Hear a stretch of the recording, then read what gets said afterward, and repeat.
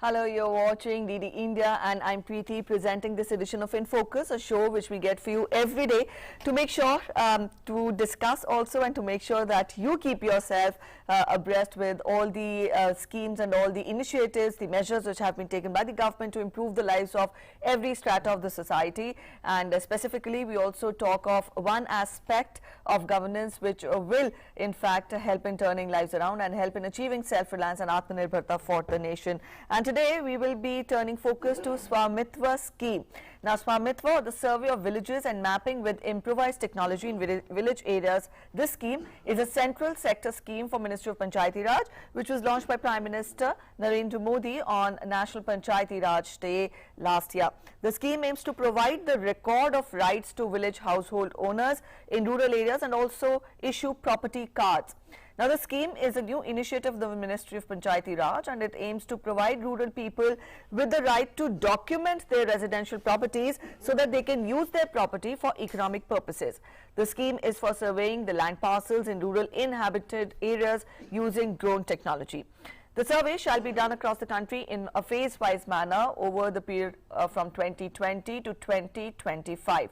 The scheme is proposed as a central sector scheme with the projected outlay of 79.65 crore rupees for the pilot phase.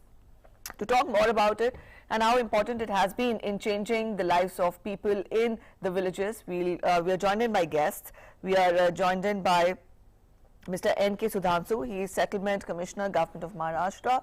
We are joined in by Professor Nupur Tiwari, Professor Rural and Panchayati Raj Development, IIPA, and Special Director, NTRI. And we are joined in by Mr. Agendra Kumar, MD, ESRI India. We welcome all of you this afternoon on this special edition of In Focus. Professor Nupur, to begin with, having been associated with Panchayati Raj Development, I would want you to spell for our viewers to what extent has this scheme been successful or successful in envisaging a breakthrough or a game changer for the people in the rural areas, and what has been recently we saw that the Prime Minister also issued property cards. How has that been helpful in changing the lives of the people in rural areas? To begin with, let's start this discussion on this note.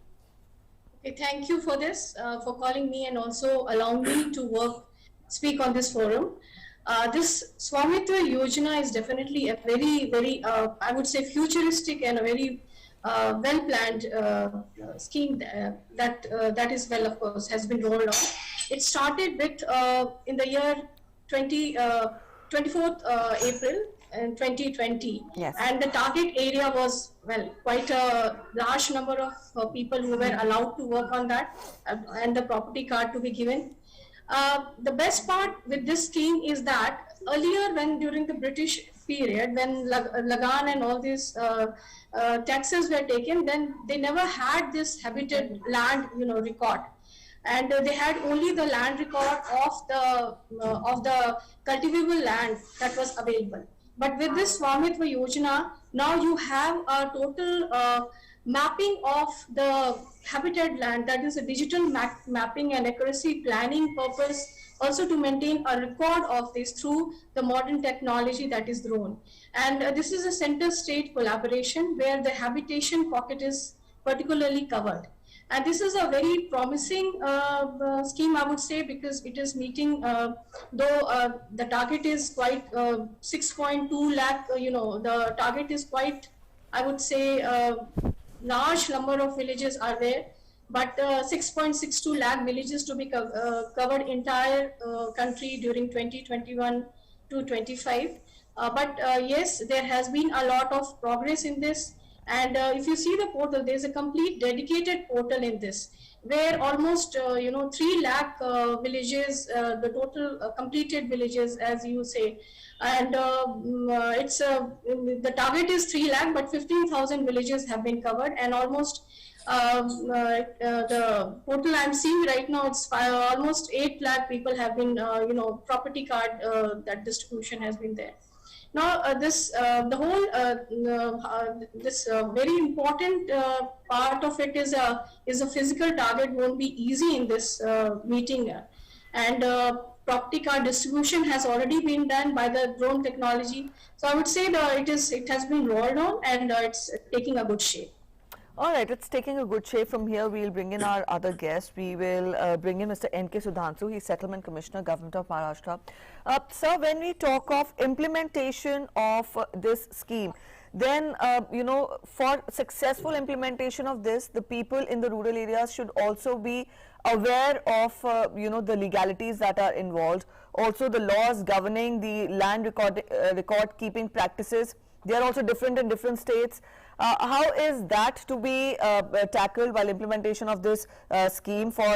I'll just quote a quick example. In Andhra Pradesh, the records are maintained for both registered and unregistered mortgages, but in some states, or for that matter in most of the other states, the officials maintain the records only for registered mortgages.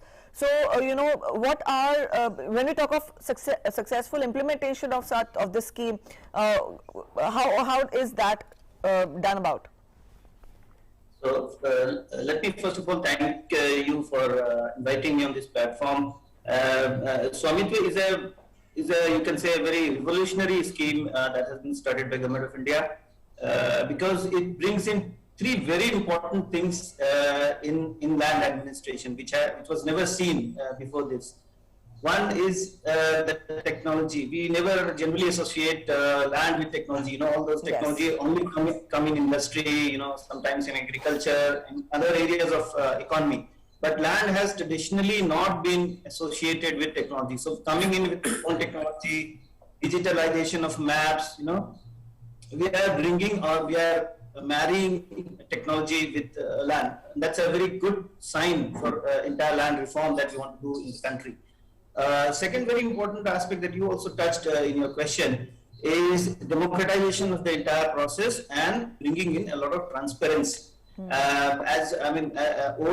land records, the way we administer, it is generally identified as a very non-transparent kind of system.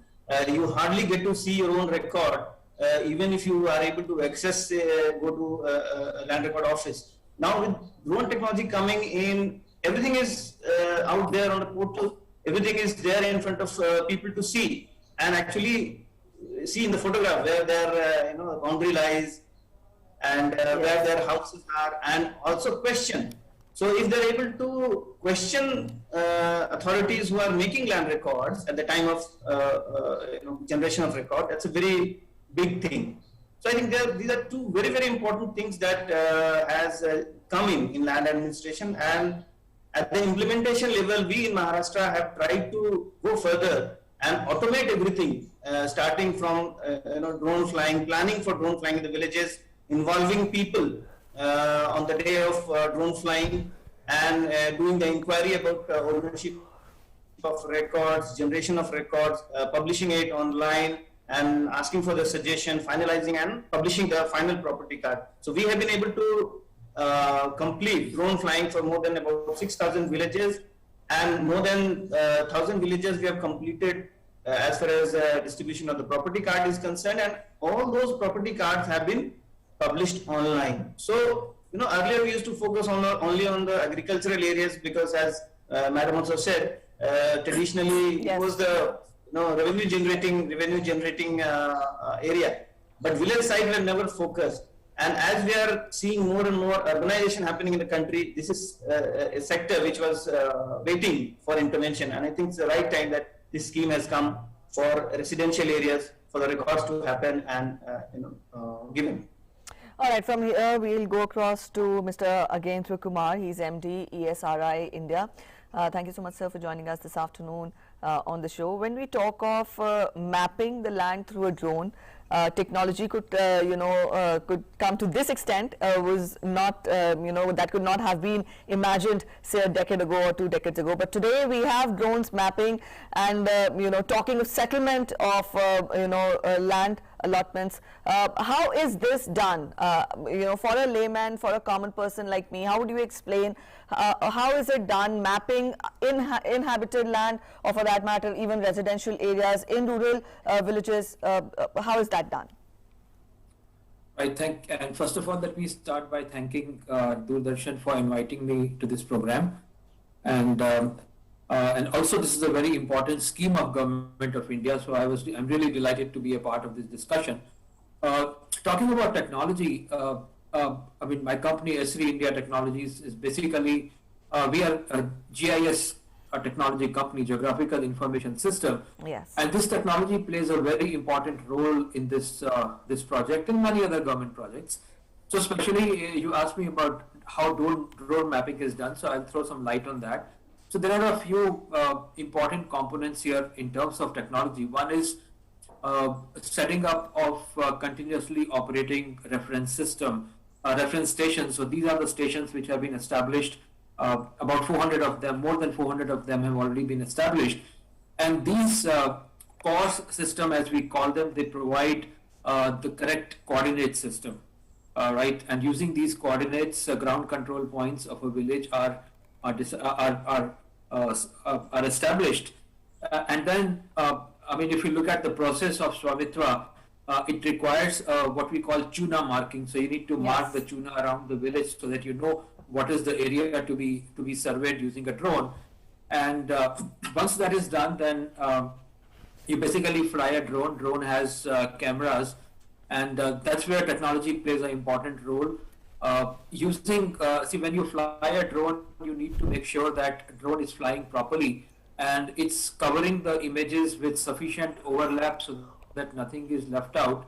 And drone flies over the village, captures all the images, and then comes back to the place where it's supposed to land, so that there is no damage to the drone and no area is left out.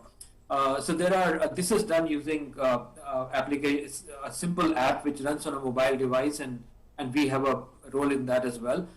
And once that drone comes back, captures all the data. Then data processing is the second important part where technology plays an important role. For processing of data, now there are cloud-based technologies available. And these cloud-based technologies are available within India so that data doesn't have to leave the country. And a benefit of using cloud technology here is that it provides scalability. A lot of data can be processed in a much shorter time. So if there are data of multiple villages is being captured every day, then all that data can be processed simultaneously on the cloud system, and the desired outputs like orthorectified images, digital elevation model, 2D, 3D point clouds. So all those can be created in a very simple manner, and then these can be brought into a GIS system, because it's very important to get this data in GIS. So that the mapping is done, the village maps are prepared, and then physically identification of all the properties on that map is verified. Physical verification is also done, and that's where the ownership details of each dwelling and the residential plot are identified, and then it goes into a GIS system, because this must remain for a long time. Why should it remain for a long time? Because this can be used for a variety of applications in the future. One commonly identified purpose of doing this scheme is so that the farmers can approach a bank to take a loan against this property.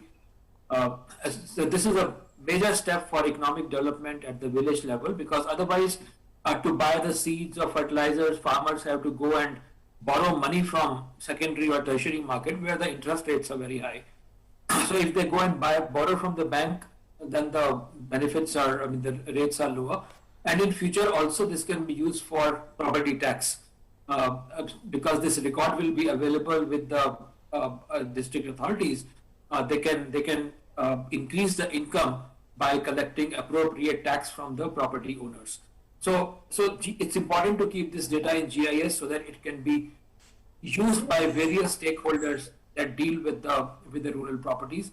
And I'm sure later on, if any government scheme is to be launched to provide any kind of benefit to people who are living in villages, the same data can be utilized. So bringing all this data into a GIS system has multifold advantage. All right, it has multifold advantage. We'll take that forward, but at present we are heading for a short break. You're watching In Focus, and today In Focus is centered around Swamitva Yojana, Swamitva scheme, and how is it changing rural lives. We'll talk about it more. Stay with us. We're heading for a short break.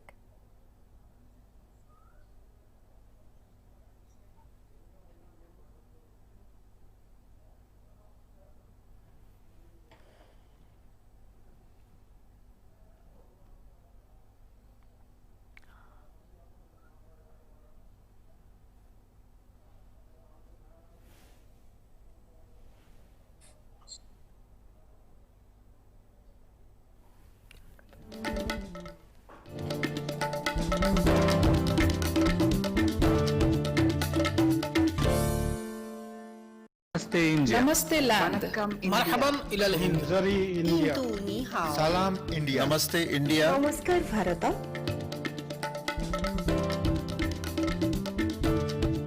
मुई Nous sommes l'Inde. नहनु हुनूर India माँ हिंदी हस्ती हम हिंदियानी सलाम Hindustan.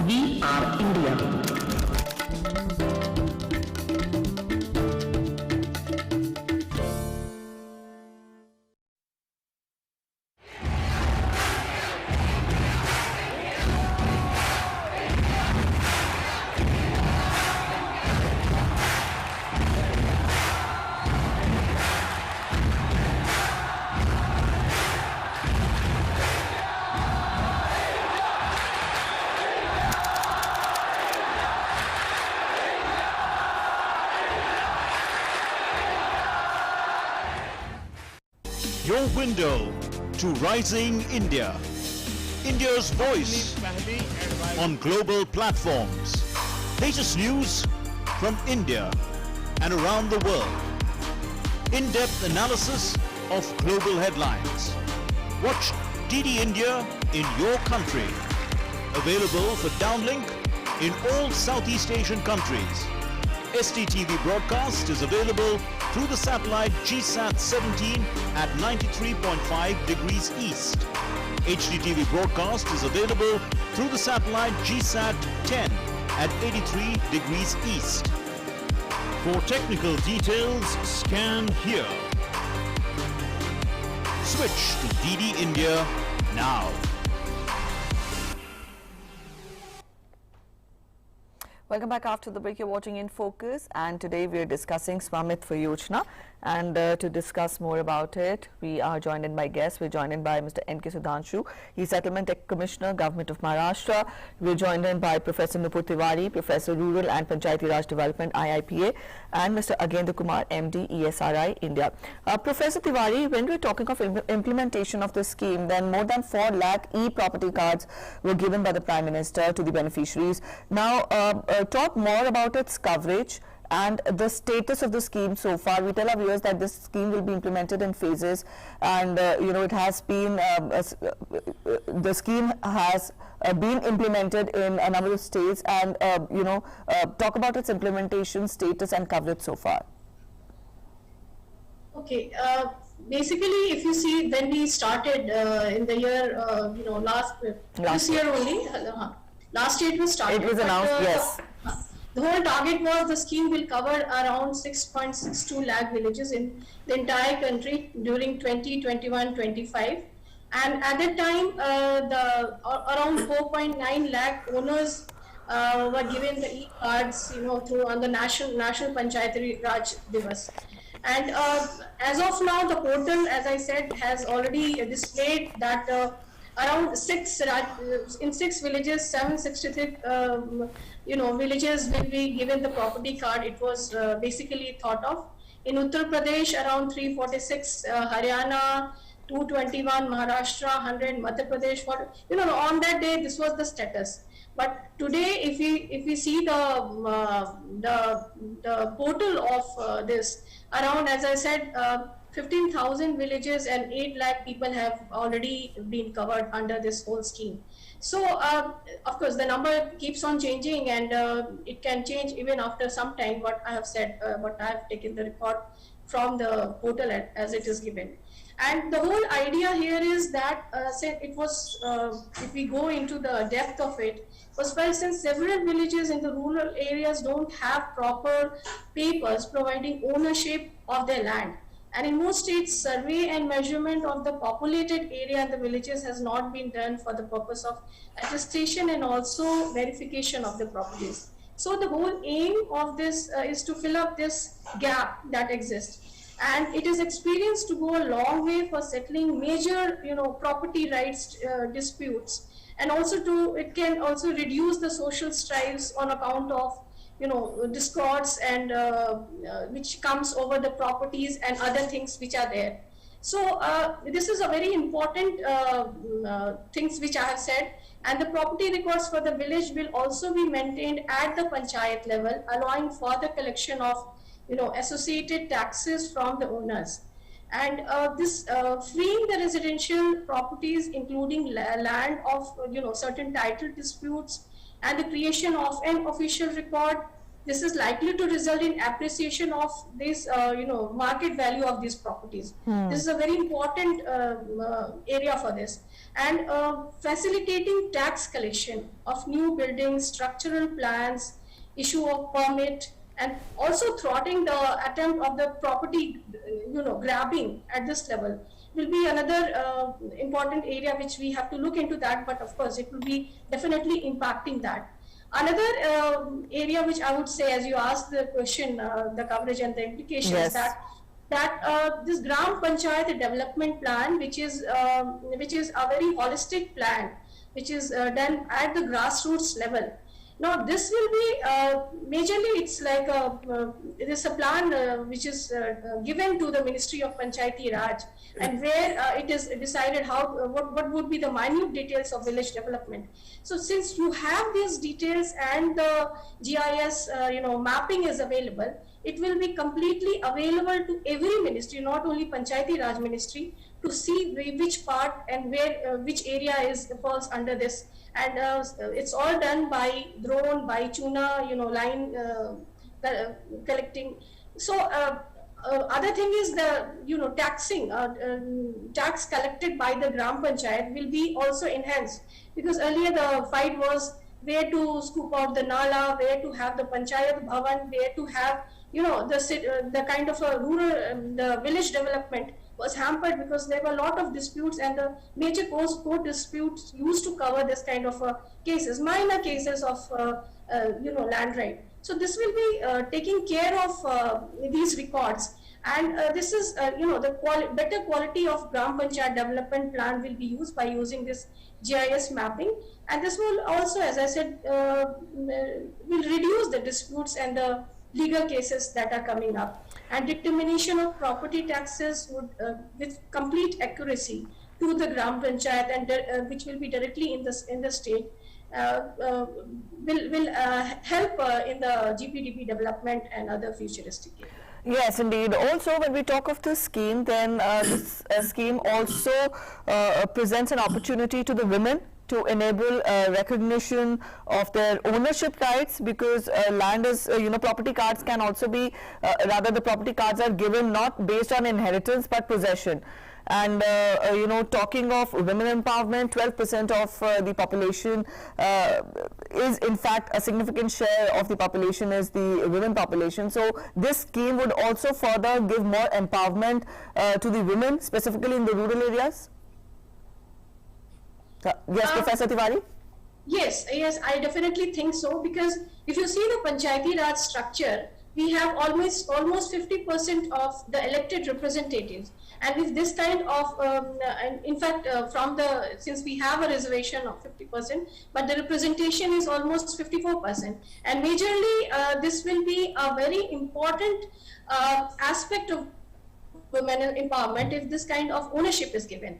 And all those areas which are covered under this Swamitva Yojana, with giving the property right to the women, this will be a very landmark achievement, and this will definitely lead to a complete empowerment of women if it's given in the hand.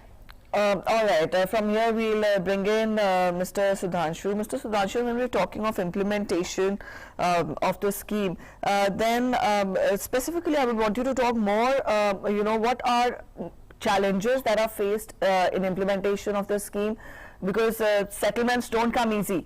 And also, having said that, the framework of the implementation of the scheme, I want you to speak more on that as well. Also, all right, first you talk of this, then perhaps we can talk of specific areas which I want to pick up. Let's first talk of the settlement and how these rules, the rules that have to be taken forward while implementation of the scheme. Yeah, so let me first talk about the legal challenges, because there are two kinds of challenges I can think of as implementer. One is the legal challenge. Maharashtra is one of the states where laws and rules relating to land have been quite progressive, but it's not so in all the states, especially some of the northern Indian states. So one of the things that you'll have to do as an implementing agency in any state is to bring all the required laws and rules in place. Yes. And that's very important, because you should be enabled by the law and the rule to not only survey those areas, these laws and rules are in place, but also give property card in a specific format, which is to be decided obviously by the state government. And then once it is given, I mean, it also has to take into account the inquiry process, adjudication processes and appeals, etc. All those things have to be provided. There are many states where these things have never been in place.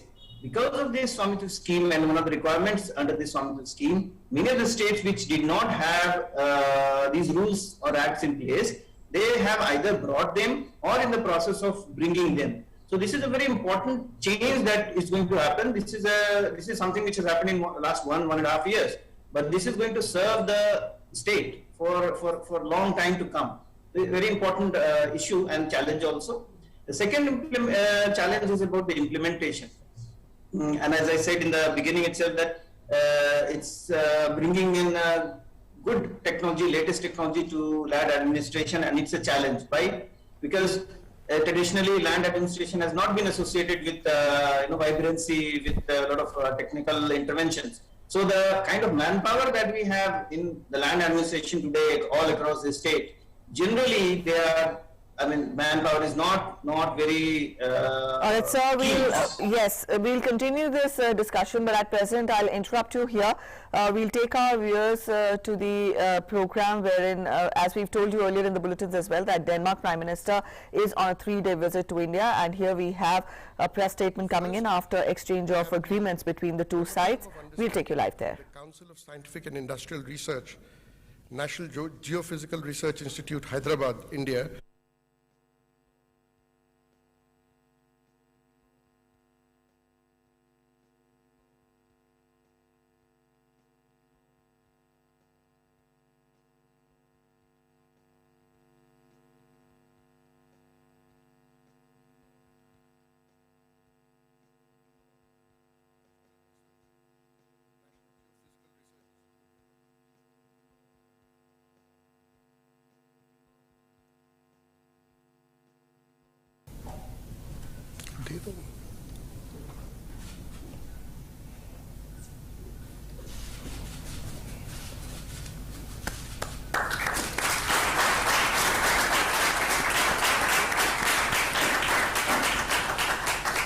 Number 2 is an agreement on traditional knowledge digital library access between the Council of Scientific and Industrial Research, India, and Patent and Trademark Office, Denmark. This will be exchanged from the Danish side by His Excellency Freddie Swain, Ambassador of Denmark, and on the Indian side by Dr. Vishwajanani J. Satyagiri, Head Council of Scientific and Industrial Research, Traditional Knowledge Digital Library Unit, New Delhi.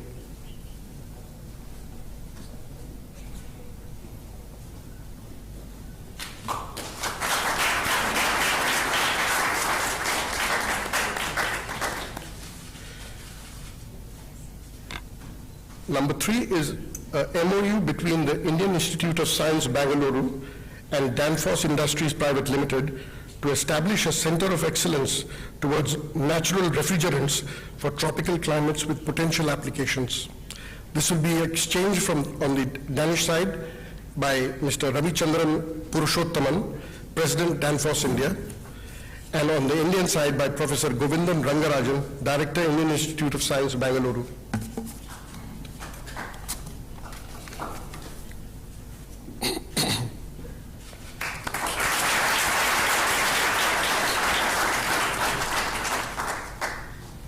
Fourth is a joint letter of intent between the Ministry of Skill Development and Entrepreneurship, Government of India, and the Government of the Kingdom of Denmark.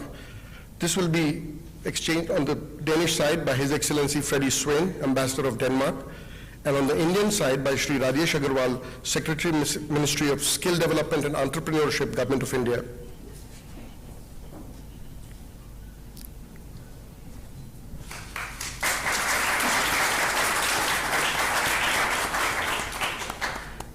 Ladies and gentlemen, apart from the above MOUs, the following commercial agreements have been signed on the sidelines of the visit. There is a MOU between Reliance Industries Limited and Stacedal Fuel Technologies on the development of the hydrogen electrolyzer and the subsequent manufacturing and deployment of the hydrogen electrolyzer in India. Number two is a MOU between Infosys Technologies and Aarhus University to establish a center of excellence for sustainability solutions based in Denmark. And finally, there's a MOU between the Observer Research Foundation and State of Green on strategic cooperation to promote knowledge sharing on solutions and facilitate research on the green transition of the economy.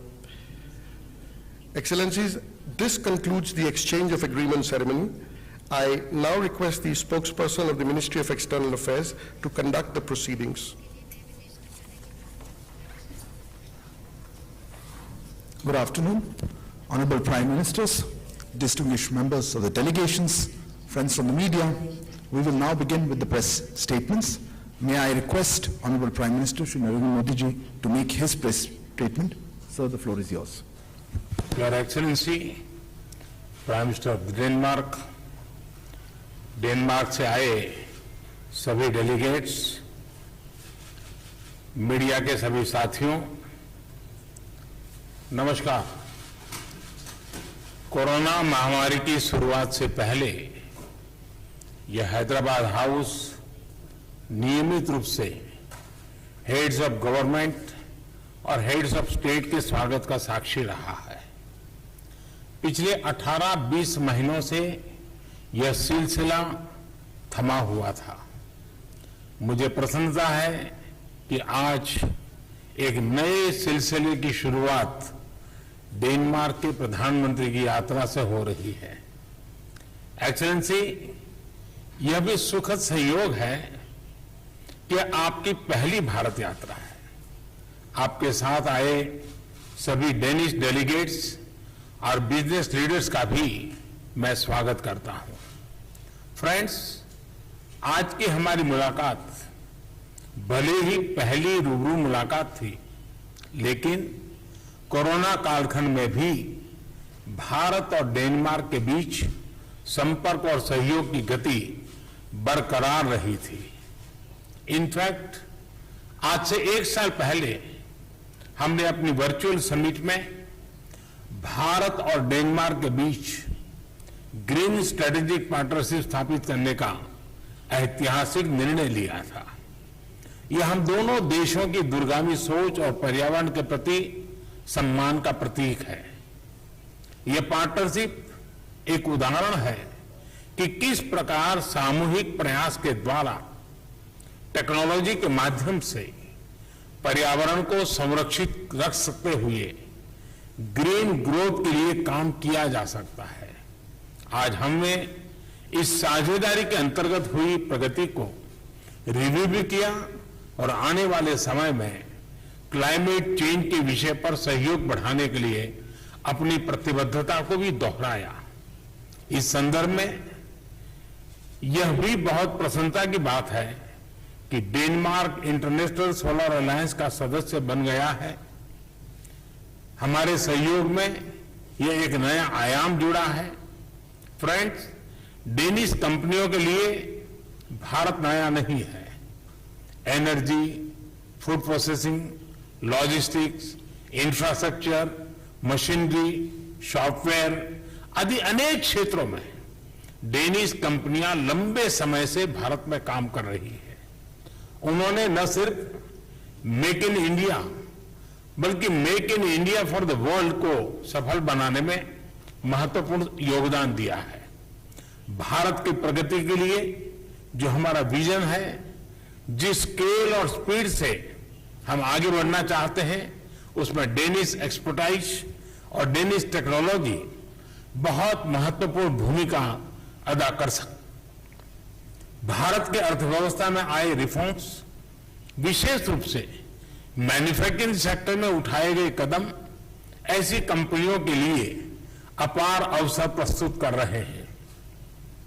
आज की मुलाकात में हमने ऐसे कुछ अवसरों के बारे में भी विस्तार से चर्चा की है। फ्रेंड्स, हमने आज एक निर्णय यह भी लिया कि हम अपने सहयोग के दायरे को सतत रूप से विस्तार करते रहेंगे, उसमें नए आयाम जोड़ते रहेंगे। स्वास्थ्य के क्षेत्र में हमने एक नई पार्टनरशिप की शुरुआत की है। भारत में एग्रीकल्चर प्रोडक्टिविटी और किसानों की आय बढ़ाने के लिए कृषि संबंधित टेक्नोलॉजी में भी हमने सहयोग करने का निर्णय लिया है। इसके अंतर्गत food safety, cold chain, food processing, fertilisers, fisheries, aquaculture आदि अनेक क्षेत्रों की टेक्नोलॉजीज पर काम किया जाएगा। हम smart water resource management, waste to best और एफिशिएंट सप्लाई चेन जैसे क्षेत्रों में भी सहयोग करेंगे। फ्रेंड्स, आज की बातचीत में हमने अनेक क्षेत्रीय और वैश्विक मुद्दों पर भी बहुत विस्तार से और बहुत उपयोगी चर्चा की। मैं विशेष तौर से डेनमार्क के प्रति आभार व्यक्त करना चाहूंगा कि विभिन्न अंतर्राष्ट्रीय मंचों पर हमें डेनमार्क की ओर से बहुत मजबूत समर्थन मिलता रहा है। भविष्य में भी हम दो लोकतांत्रिक मूल्यों वाले देश, रूल बेस्ड ऑर्डर में विश्वास करने वाले देश, एक दूसरे के साथ इसी प्रकार से मजबूत सहयोग और समन्वय के साथ काम करते रहेंगे। एक्सेलेंसी, अगली इंडिया नॉर्डिक समिट को होस्ट करने और मुझे डेनमार्क यात्रा के निमंत्रण के लिए मैं आभार व्यक्त करता हूं। आज की बहुत उपयोगी बातचीत और हमारे द्विपक्षीय सहयोग का नया अध्याय लिखने वाले सभी निर्णयों पर आपके सकारात्मक विचारों के लिए मैं हृदय से आभार व्यक्त करता हूं। बहुत बहुत धन्यवाद।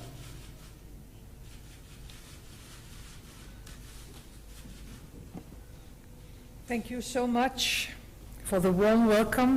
His Excellency Prime Minister Modi and I have had a very fruitful and productive meeting, and it illustrates the warm relations between our two countries.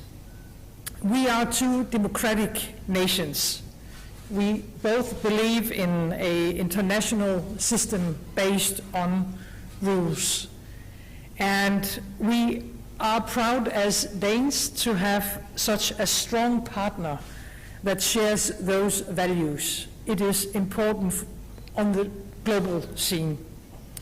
I think our cooperation between India and Denmark is a great example on how green growth and green transition can go hand in hand.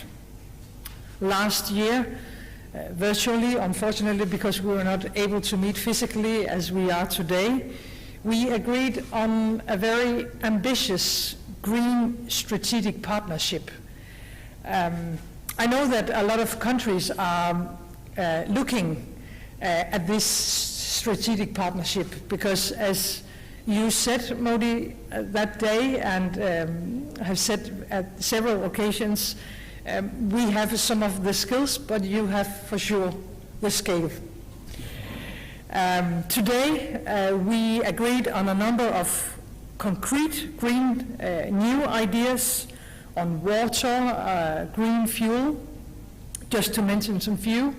And we also agreed to work even closer together on areas as health and agriculture.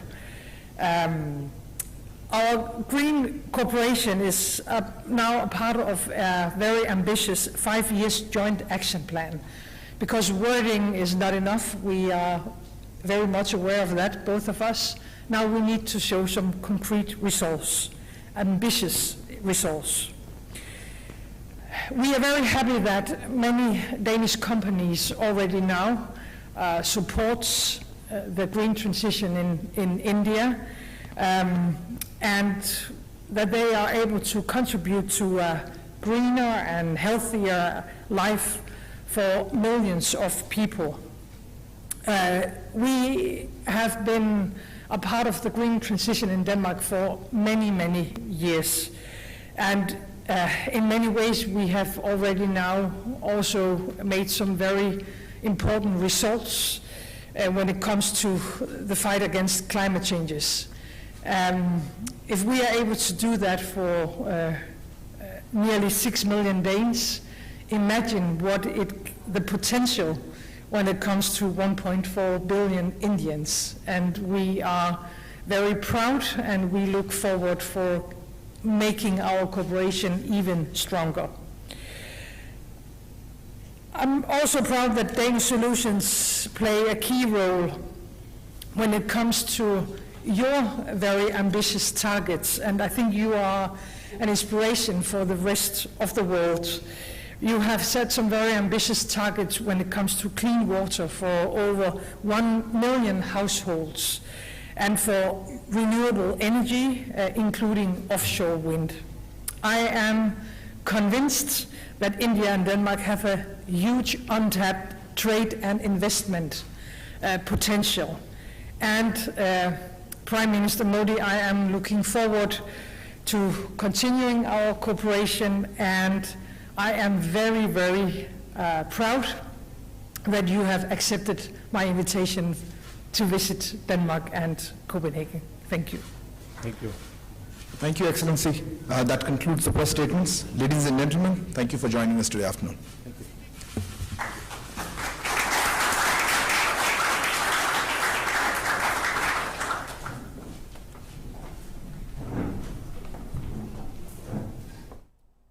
All right, so that was the live coverage we were getting for you from Hyderabad House, wherein the agreements were exchanged between India and Denmark, and also the press statements were given by Prime Minister Modi and the visiting Denmark Prime Minister Mette Frederiksen. In his remarks, the Prime Minister noticed how Hyderabad House was hosting Denmark Prime Minister after a gap of almost 18 to 20 months because of the COVID pandemic, and also he said that in spite of it being the first meeting between the first in-person meeting between the two leaders, the Prime Minister acknowledged that both the countries had been in regular touch during the COVID pandemic as well.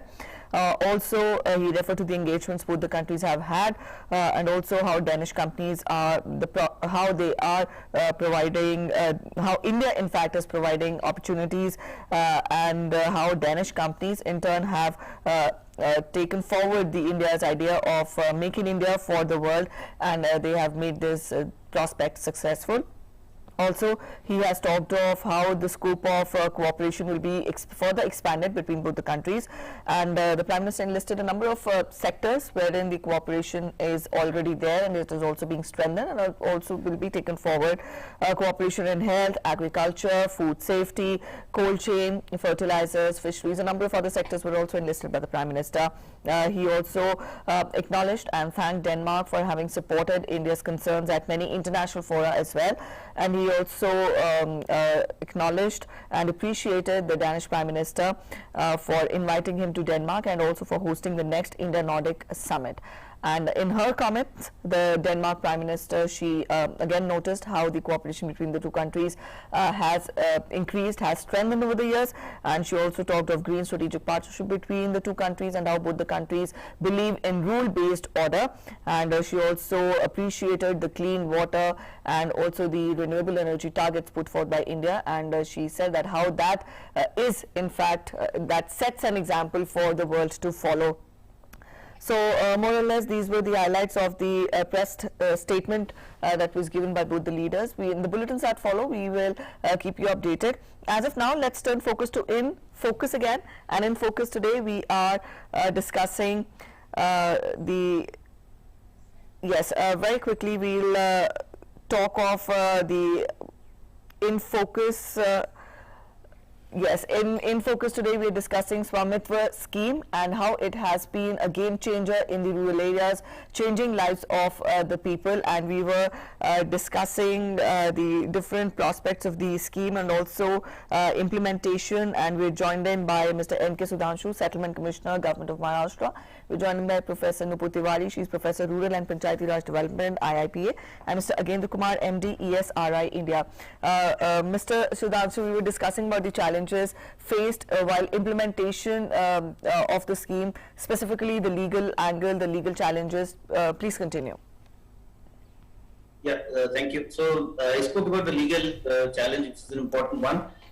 In implementation at the ground level, one limitation that we face is that the staff which is implementing the scheme, the ground level staff in talukas, in villages, to train them to enhance their capacity to handle the technology and also to understand the technology, so that they in turn can tell people about this technology is an important thing, and it will take a lot of time.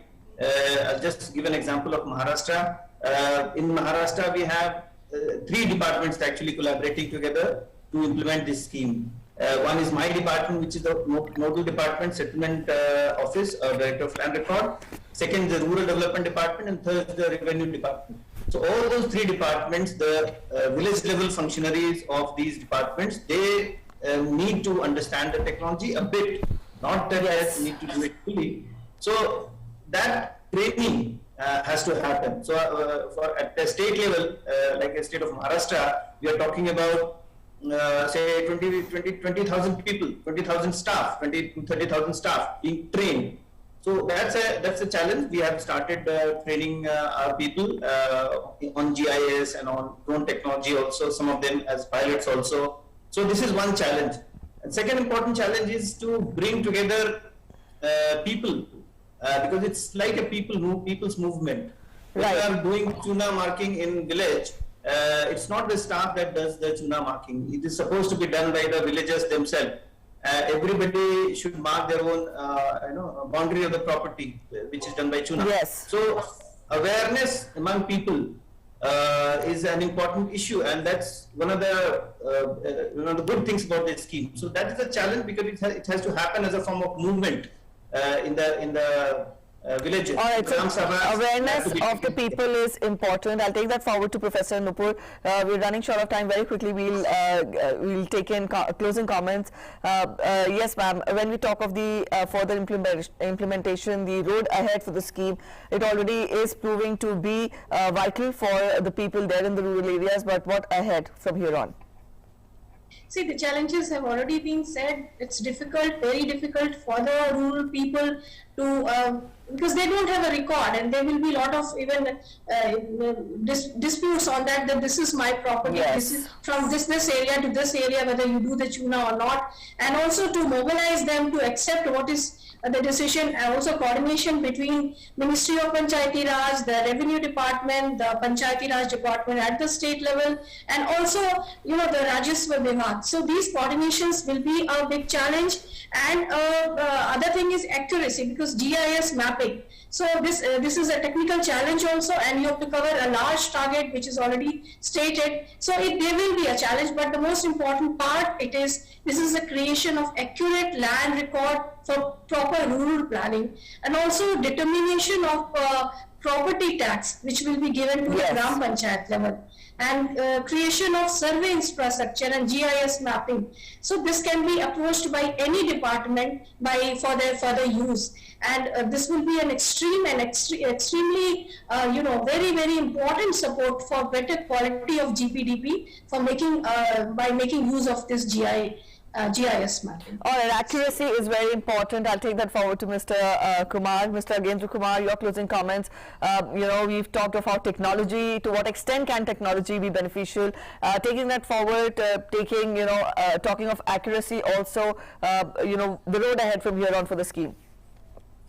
Yeah, so for implementation of this important scheme, technology is very important, and I don't really see any technological limitations in this, because whatever is required at the ground level in terms of course is being done.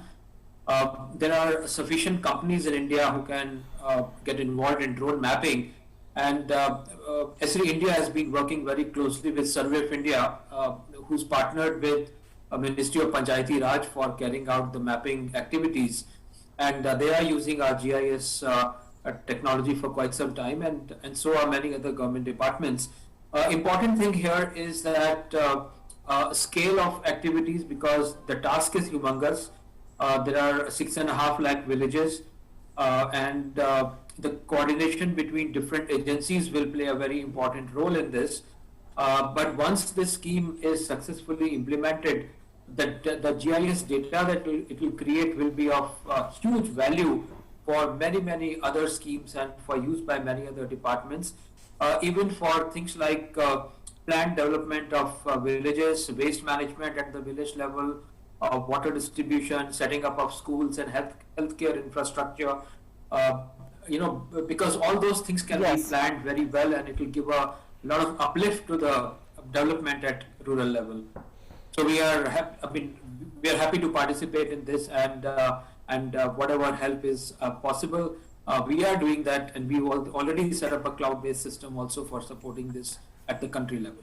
All right, we'll end it at that. Thank you so much, all the three of you, for joining in this afternoon on the edition of In Focus.